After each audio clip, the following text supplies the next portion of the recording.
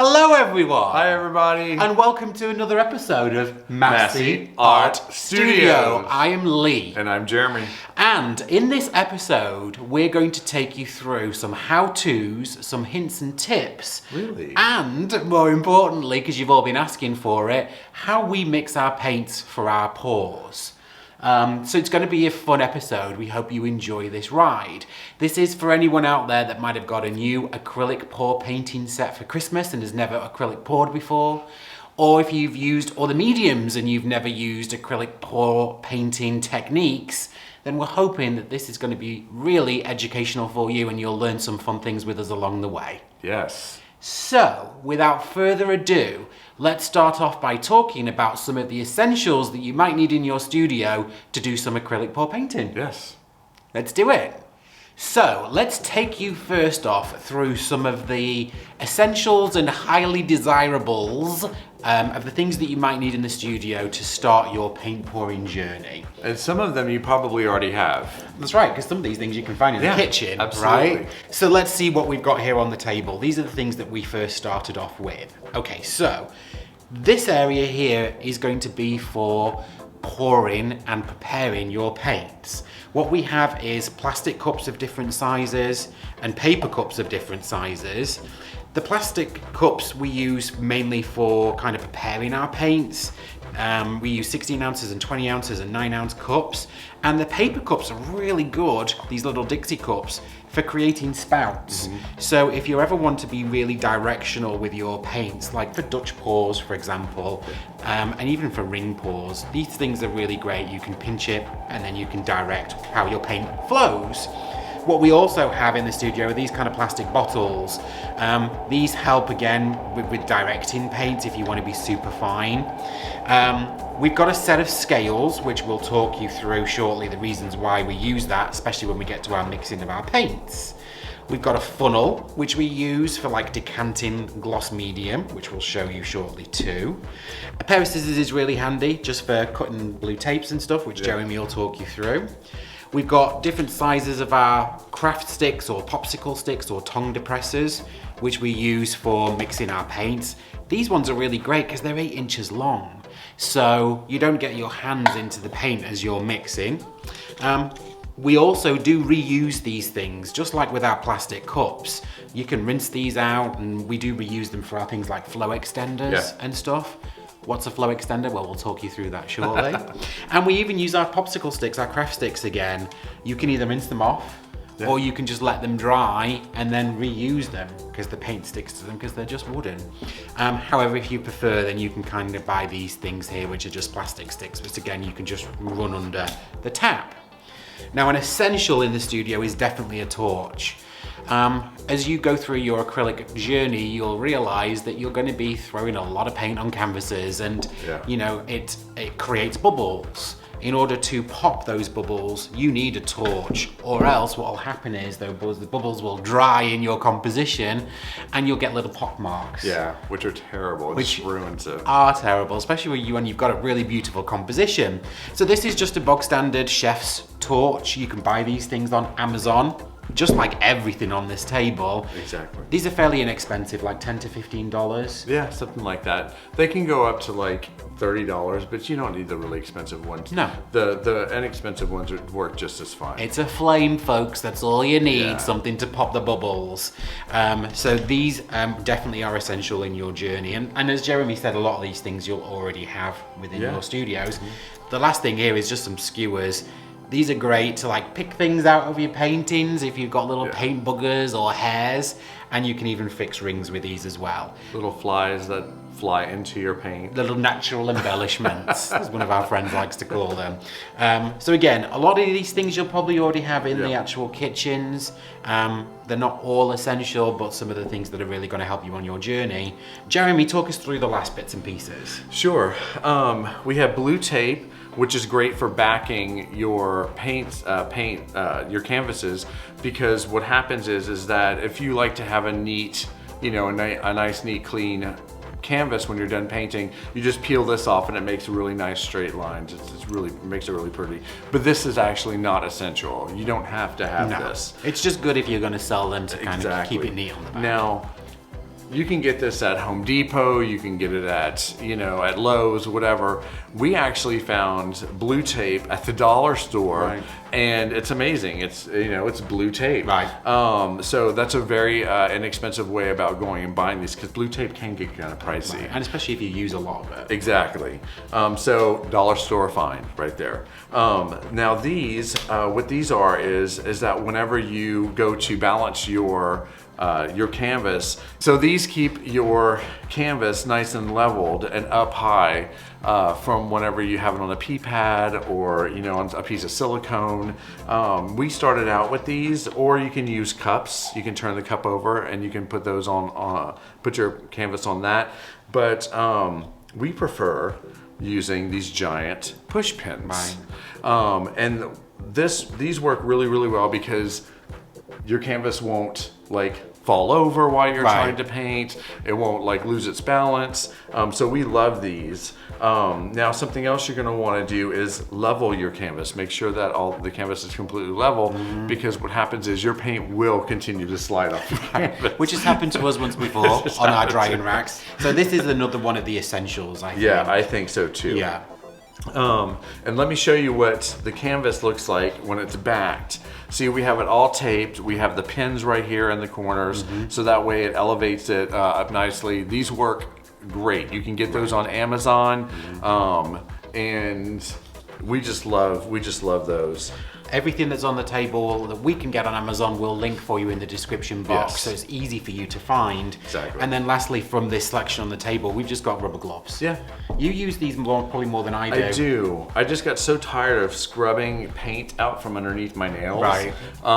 Yeah, it's just one of those things that annoys me. And our sink is not near our table here in the not. studio, so it's easy for us just to wear them, whip them off, and then keep on painting. Exactly. Let's talk to you about what we've got on our table here. Okay. So we use these giant pea pads that are made clearly to soak up liquid, and for us it's kind of essential here in the studio. We paint sometimes 2 and 3 times a day, like 5 or 6 days a week, so we don't have time to sit and wait for skins to dry. So the pea pads are great for us because we can paint, whip them off our table, you put a couple more down and keep painting. However, some people prefer to use silicone mats or, sheets of plastic on their table. And these things are great if you want to allow your skins to dry, to keep them to make jewelry, or to use them as embellishments within your paintings. These things, again, you can buy on Amazon, or you can just use trash bags, thick, heavy-duty trash bags to lay them out on your table.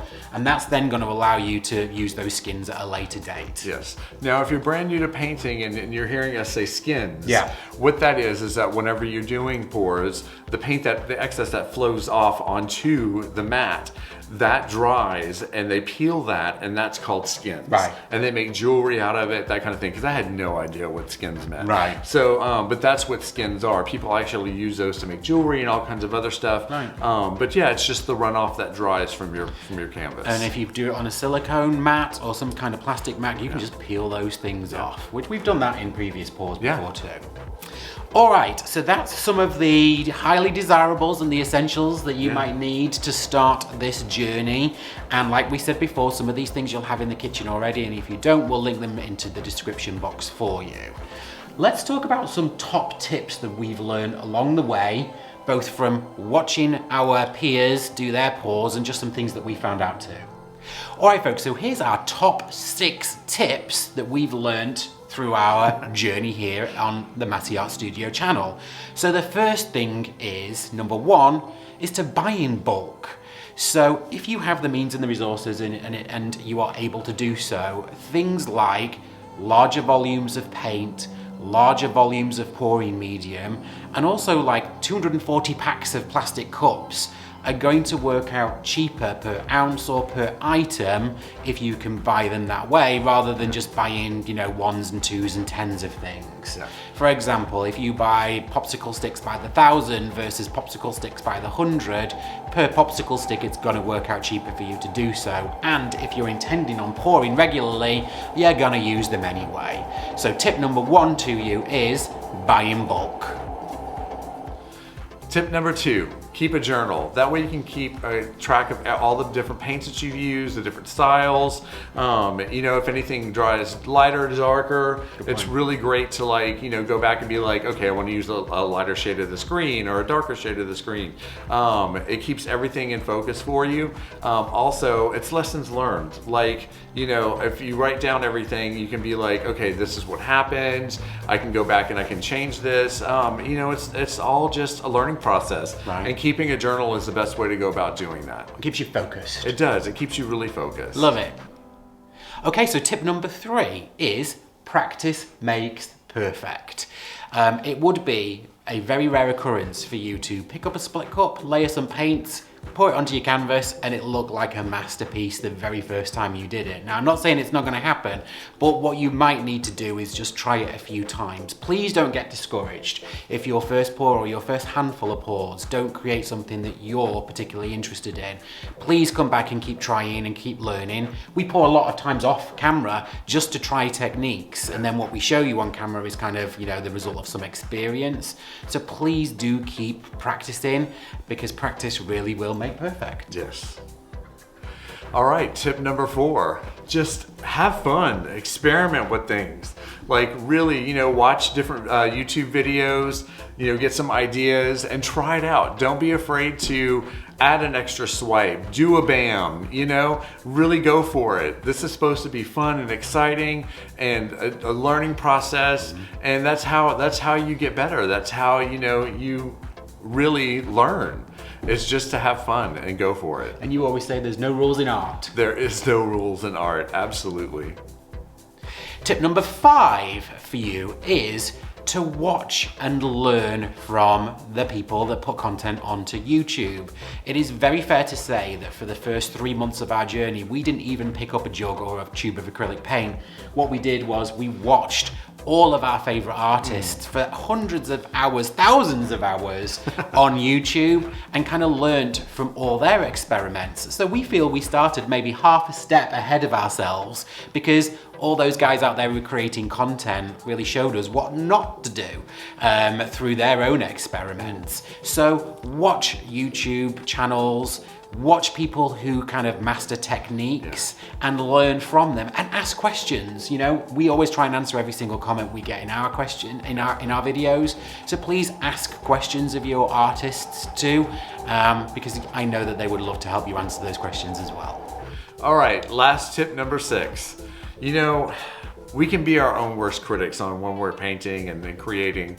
And, you know, the best thing to do is bounce that off of other people. You know, we found that in the Facebook groups, it's really great. You can put something on there and you can get some great feedback. Right. You know, and not everybody's going to like it. Right. A lot of people will love it, you know, but at least you can get good feedback and you can be like, okay, I'm going to change this next time. I'm going to do this. You know, and not everyone has a hashtag studio hubby standing next to them. I mean, I might not like something. I've done something and just been like, I don't like it. And Lee absolutely just loves it. Right. He's like, nope, don't change a thing about it. It's an outside perspective, and it's great to have that. Right. Use your peers. Use your peers. All right, so now let's take a little bit of time to talk through paint, acrylic paint. As you can see here on the table, we've got a selection of the paints that we regularly use here at Masse Art Studio. Now, this is not an exhaustive list. There's paints on here that we don't have, but it's basically because we just don't have a lot of experience using them. These are the ones we use every day. I'm gonna start off talking about these paints here. These are what we call tube paints. This is a pouch paint, but they're all the same thing. They're all acrylic paints. Artist Loft are self-proclaimed level 1s. The rest here are probably like a level between 1 and 2, and then the golden paints are what we would call level 3 because these are heavy body. The level kind of denotes how highly pigmented it is, and in some cases it'll also kind of show you how expensive the paints are. The more pigment, normally the more expensive it is. So we're going to talk to you and show you a recipe using the Liquitex Basics acrylic paint. Why? Well, out of what would be the level 2's paints, this is what we feel to be probably the most highly pigmented and actually probably the paint that you'll get your most bang for your buck out of. Now that doesn't mean to say that you shouldn't use the other paints because we use them all the time, but we really do enjoy the effects and the colours and the outcomes that we get from the Liquitex Basics paints. To give you an example and an idea, these kind of 4-ounce tubes and pouches will cost you anything from like $8.50 up to like $9 and $10. These are all from Amazon. These tube paints will cost you anything from like $12.50 to $13, $14. So as we were talking before about buying in bulk, the bigger the amount of paint, the more money you're going to get for your ounces.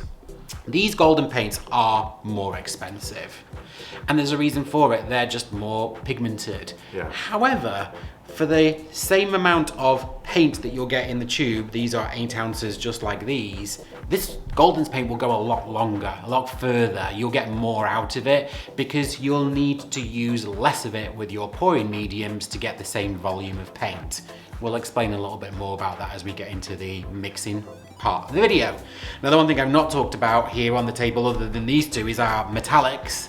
We use these all the time. If you're a regular watcher of the Masse Art Studio, you'll see that we do love a metallic paint or three. We love our gold. We love our gold. These things are what will help you create cells. The metallic paints by Deco Art just will always give you some kind of cell. It's just the way the paint is made.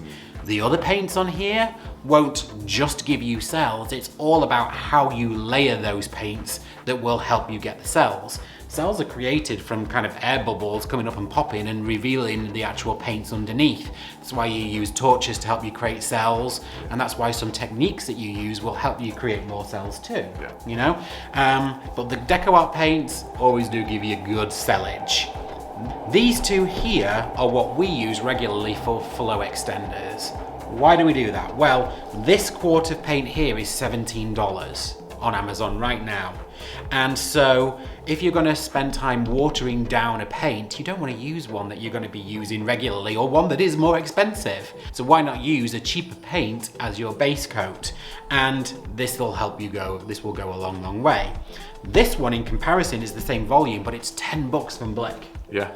So again, we're not here to tell you what to buy, we're just giving you some options, but we always use the acrylic these days. For $10, it'll go a hell of a long way.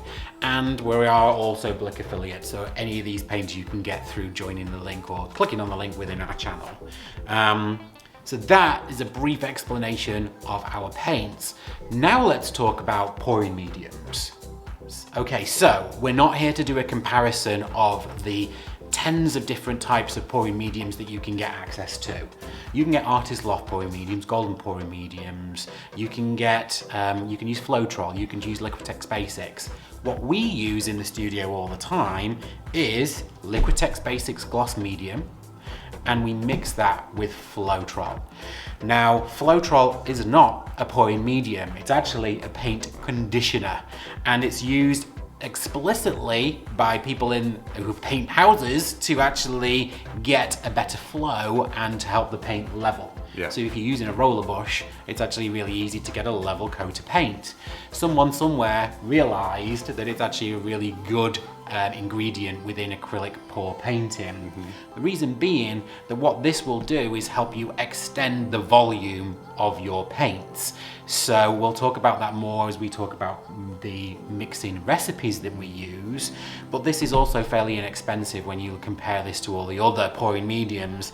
This bottle is somewhere between $16 and $18 here in America. I know it's a lot more expensive elsewhere, and this 1 gallon will then help you, give more volume of all your other paints. Why do we use the gloss medium? Well, the gloss medium for us here helps create a sheen and a shine on the paint once it's finished. Meaning in some cases that we don't even need to varnish or to resin our paintings. So we do add some gloss medium for that effect. Plus, where the Floetrol kind of helps to extend the polymers, the gloss medium kind of keeps them back together again. So it counteracts some of the properties of the Floetrol, whereas the Floetrol will still allow you to extend the volume of your paints. Exactly. So the gloss medium is also really important for us. Now again, when we talked about buying in bulk, these two things in the 1 gallon tubs will be cheaper per ounce or gallon than they would be if you bought the smaller tub. So if you can afford it and if resources allow, then we suggest you buy the bigger tubs. Yes. Oh, and you're probably wondering what this is right here. What is this, Jeremy? Well, this actually right here is a piece of pantyhose. And now what this does is, instead of using a sifter, because there are chunks in this Floetrol bottle. So what happens is that whenever you try to mix paint with it, it will leave what we call boogers. And you will have to actually scoop them out of your paint. But if you use a sift, you can just pour through this and it'll catch those. However, you've always got to wash the sift. Yes, you have to wash it. However, a cheap way to do this, and a great way to do this, is by clipping a piece of pantyhose, putting it over the top here, and fastening it with a rubber band. Right. And that way you don't ever have to worry about using your sieve. That's perfect. And if we can show you this bottle, Yes. This is not pumpkin spiced creamer for a lovely latte. What this is our Liquitex gloss medium that we've decanted into an empty and cleaned creamer bottle. Yes. So that we can then use this and pour this really easily into our cups. Exactly. It's got a spout. It stays dry in here so it doesn't dry out. But this is a really easy way then of using this every day within our pours. Exactly. Okay, so now let's talk about mixing paint. But first, let's take a question from one of our Patreons. Hi, Masse Art Studio. Steve and Janice Pittman here. And we were wondering, how do you mix paint for a Dutch pour?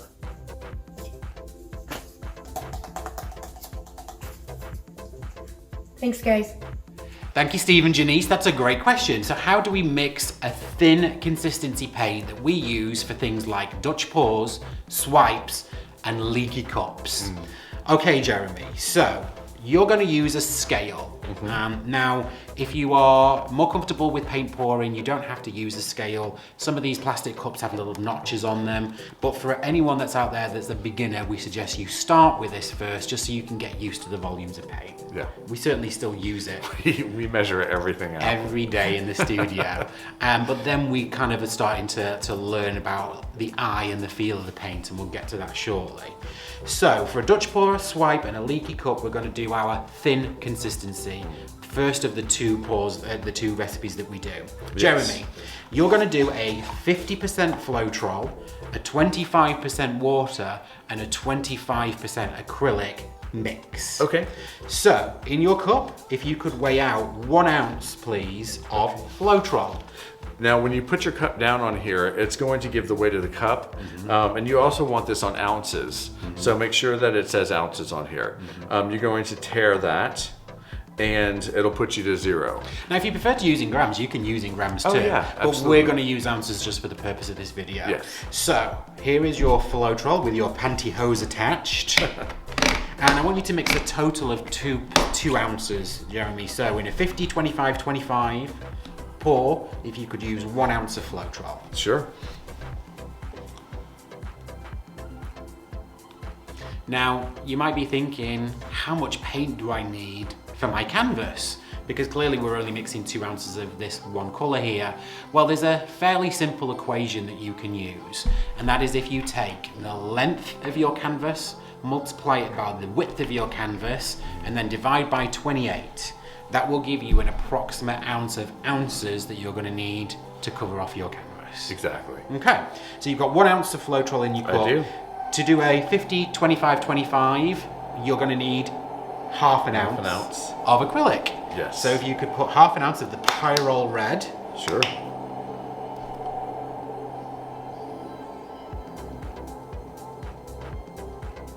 Into your little plastic cup. There we Go. That's perfect. One more dollop. Great. Doesn't have to be totally exact, but you're there or thereabouts. I like it to be exact. It's the only time that you do. You're like chaos normally. So give that a good mix. Okay. And why do we mix this first before adding the water? Because it makes it easier, Right. actually. It makes it a lot easier to mix it and get it all together. Incorporated. And I see you're scraping all the edges and Yeah. getting down to the bottom too, just to make sure Yeah. everything is mixed. Yeah, you want to make sure that you get like down at the bottom because some Flowchart will stick to the bottom. Yeah, and Yeah. which is not good. Okay, so now you've expertly mixed that together. Yes.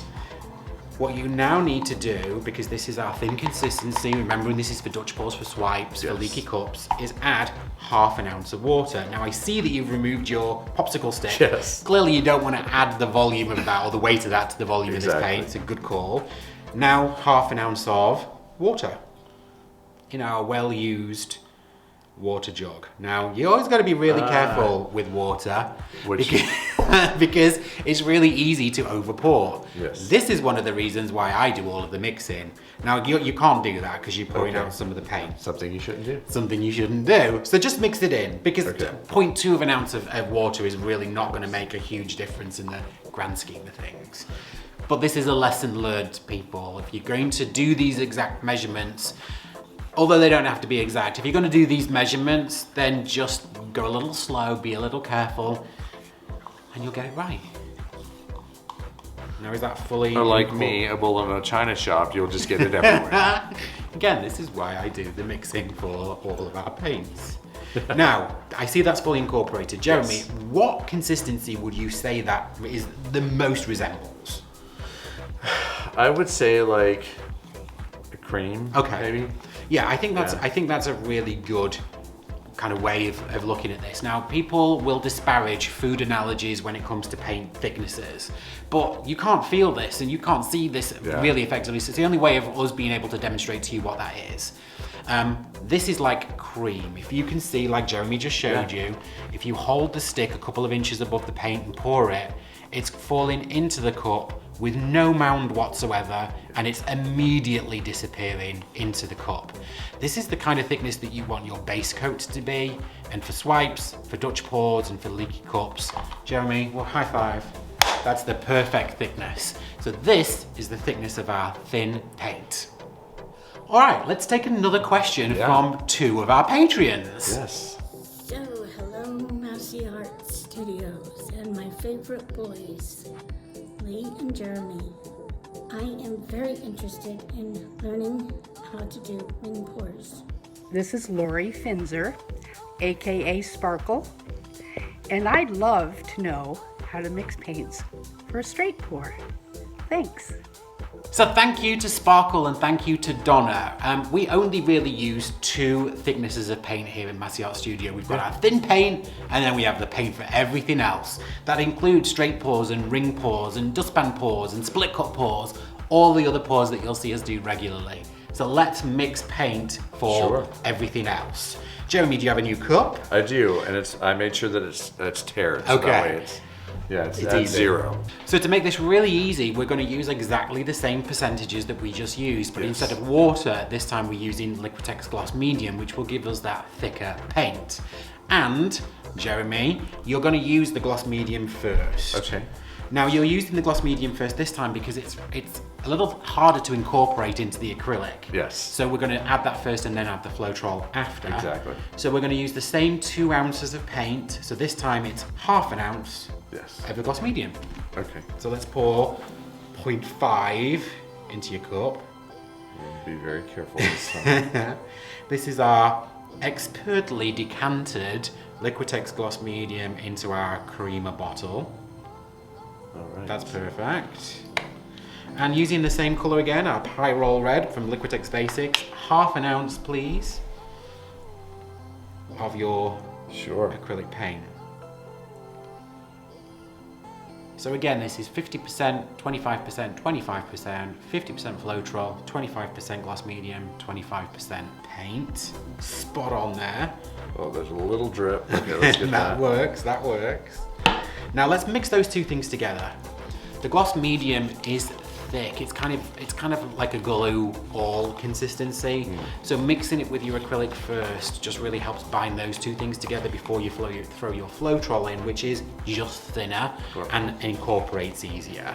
So have you got all of the gloss medium from all the edges? I believe that I do. Okay, now let's go in with 1 ounce of Floetrol. Let's get this off the edge here. Okay, 1 ounce of Floetrol, please. Floetrol. Drum roll, please. So that's going to give us exactly the same volume of paint that we've just used to demonstrate the thin consistency. Yeah. And I went a little over, but that's not a big deal. It's not a big deal at all. Okay, so here's a point for you. This is not an exact science. We're giving you these measurements because that's what we use in the studio. But we sometimes eyeball these things based upon the notches in the actual cups. However, if you're an absolute beginner and novice, these percentages are really going to help you to mix up your paints for your certain techniques. Here is one really key point, and that's consistency. You have to keep the colors within your pour consistent to the same thickness. So if you're going to do a ring, Jeremy, and you've got 5 different colors, you have to keep the thickness of all those 5 colors the same. Yes. Whether that's thin or whether that's our regular pouring consistency, you have to keep them all the same. Otherwise, what will happen is the different paints will slide differently on the actual canvas, and it will mess up your composition. So consistency within the consistencies is really key. All right, Jeremy, so you've mixed there 2 ounces of our regular pouring consistency. Yes. Now, could you kind of give us an idea of what you would say that is the thickness of? I would say it's like runny honey. Okay, so people out there disparage the runny honey comment, right? But again, it is probably the closest to how this paint looks. Jeremy, I see it mounding and then disappearing within the cup. Yes. How many seconds is it taking for it to disappear? I would say just a few seconds, like around 3 to 5. Okay, perfect. That is exactly the consistency that we want. Now, here is a point.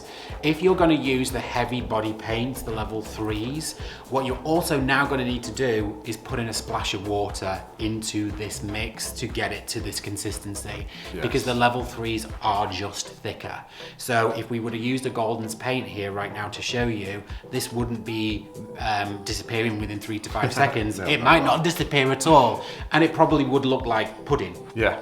However, for the level 2 paints, which we use pretty much, often here within the studio, that is perfect consistency.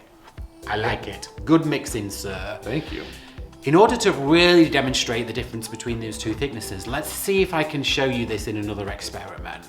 All right, so here's a little experiment to kind of show the differences between our 2 thicknesses. We've got our Swipe Dutch Pour Leaky Cup thin consistency here, and we have our every other pour consistency here also.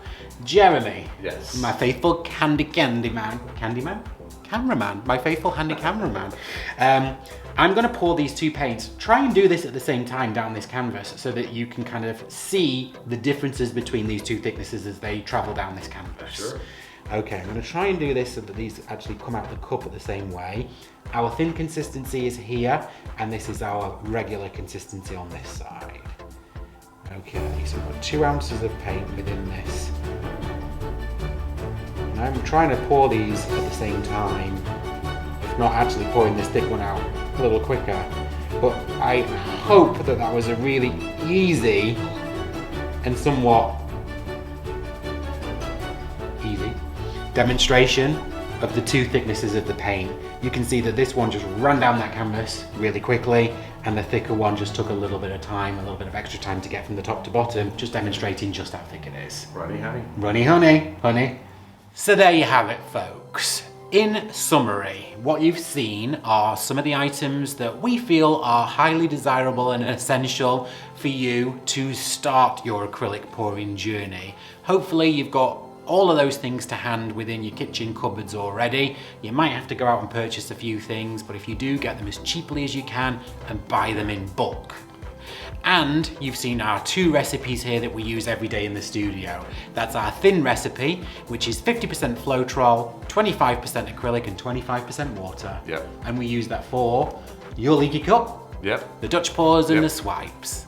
And then you've got our recipe for everything else, for the ring pours, for the colander pours, for the split cups and straight pours. And that is 50% Floetrol, 25% Liquitex Gloss Medium, and 25% acrylic. And every now and again, you'll have to put a splash of water in that to get those consistencies the same across all different makes of paint. Exactly. Right? Yes. I hope that what you've learned from this is just some of the basics, but what we really want to say is have fun. Yeah. Jeremy said this before, there are no rules in art. So play with paint, play with consistency, get your hands dirty. You know, Or wear gloves. Or wear gloves. One or the other. Show people your art. Be proud of what you produced. If you don't like what is in front of you, pour on it again. Scrape it, let it dry. Pour on the canvas again, because it's totally okay to do that. But of utmost, what we really want to do is inspire you guys just to pick up some paint and some canvas and just have a go. Yeah. Because that's how we started this journey, being inspired by our peers. Next, in a few episodes' time, we'll talk to you about finishing those canvases. Once you've produced a beautiful piece of art that you want to keep, what are the options that you've got then to finish off those pieces? And we'll talk a little bit more about resin. Varnishes, resins. Resins and varnishes, oh my. All right, people, we hope that you enjoyed this. We hope this was informative. What we would really love you to do is mention all of your tips down in the comments below. Sure. You know, share those tips with the community. We've been embraced by the paint pouring community, and we want to share on that knowledge with you guys. So please, please comment. Let us know if you've thought of something that we've forgotten to mention. And if you haven't already, please like and subscribe. We really appreciate it. Listen, it helps our channel, it helps the algorithm, it's free for you guys to do so. And by you liking and subscribing and commenting to our videos, it really helps us get up the algorithms and helps YouTube promote us too. It also helps keep us excited, and it just means so much to us. Because we're always excited. All right, guys, thank you so much for watching this how-to video. We hope you enjoyed it as much as we did making it, and we'll see you back here for a regular episode very, very soon. Yep. All right, thanks, guys. Bye. Have a great day.